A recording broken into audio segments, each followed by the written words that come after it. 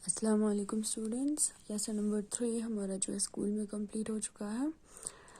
Lesson number 4 से आज हम पढ़ेंगे। लेसन नंबर 4 है आपका sorting materials into groups. Page number है 36।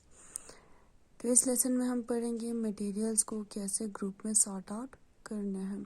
सॉर्टिंग का मतलब है आपका अलहदा करना या अलग करना, ठीक है। लर्निंग आउटकम्स चैप्टर के ख़त्म होने के बाद हमें देखना है। अब हमें पता है इसमें जो है कुछ क्वेश्चंस पूछे गए हैं जिनका आंसर जो है हमें चैप्टर ख़त्म होने के बाद देना है। याद रखना, अगर आप लोगों को इन क्वेश्चंस का आंसर आ गया चैप्टर ख़त्म होने के बाद तो समझ लेना आप लोगों को जो है ये लेसन ये चैप्टर जो है अच्छे से समझ में आ गए हैं। थिंक अबाउट इट, इसके बारे में आप लोगों को खुद सोचना है। अब देखो, when you look around you observe things of different shapes and size, small, big, round and rectangular. Also some objects are soft while some are hard. जब आप अपने इर्द गिर्द देखते हो तो आप क्या देखोगे, आप जो है अलग अलग शेप के अलग अलग साइज़ के जो है बहुत सारी चीज़ें देखोगे।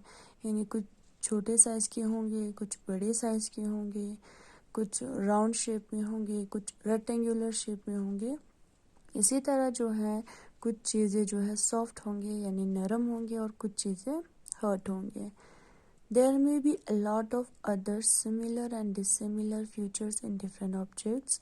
You can divide the objects in various groups based on such features. This is called sorting. अब हम देखेंगे कि बहुत सारे ऑब्जेक्ट्स जो है अलग अलग ऑब्जेक्ट्स अलग अलग चीज़ें जो है उनके बहुत सारे सिमिलर और डिसिमिलर फीचर्स होंगे।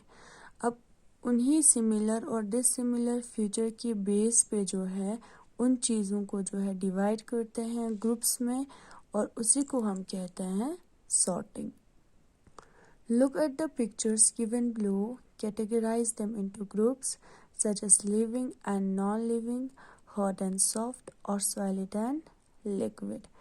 नीचे आपको कुछ पिक्चर्स दिए गए हैं, इनको जो है हमें ग्रुप्स में कैटेगराइज करने हैं, जैसे कि लिविंग में, नॉन लिविंग में, हॉट, सॉफ्ट और सॉलिड एंड लिक्विड में। फॉर एग्जांपल यहाँ पे चेयर है, चेयर लिविंग में आते हैं या नॉन लिविंग में आते हैं। यहाँ पर फैन है, फैन आपका लिविंग में आते हैं, नॉन लिविंग में आते हैं, हॉट है, सॉफ्ट है, सॉलिड है या लिक्विड है। यहाँ पे आपका मिल्क है, ठीक है, मिल्क आपका सॉलिड में आते हैं, लिक्विड में आते हैं, ये आपको डिवाइड करने हैं। Do you know why do we need to sort things into groups? आपको पता है क्यों हमें जो है चीज़ों को अलग करने की यानी ग्रुप्स में डिवाइड करने की ज़रूरत होते हैं।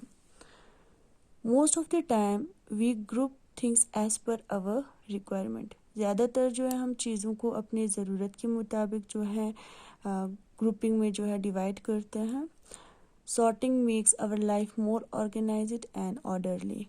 For example, in a supermarket there are separate section for items of different types. You will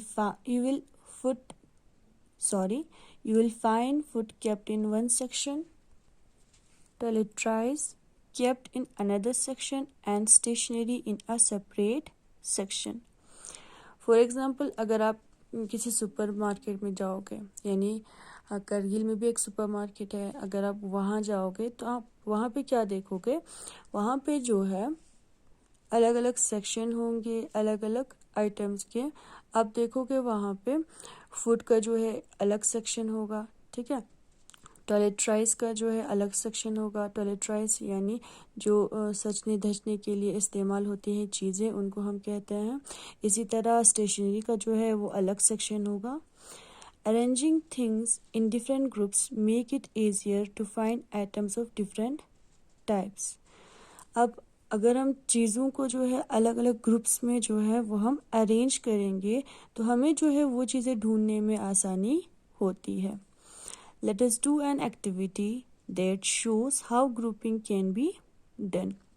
यहाँ पे एक एक्टिविटी है तो हम वो एक्टिविटी करेंगे और एक्टिविटी करने के बाद हमें पता चलेगा कैसे जो है ग्रुपिंग करते हैं। तो यहाँ से जो है हम कल कंटिन्यू करेंगे। Thank you. खुदा हाफिज़।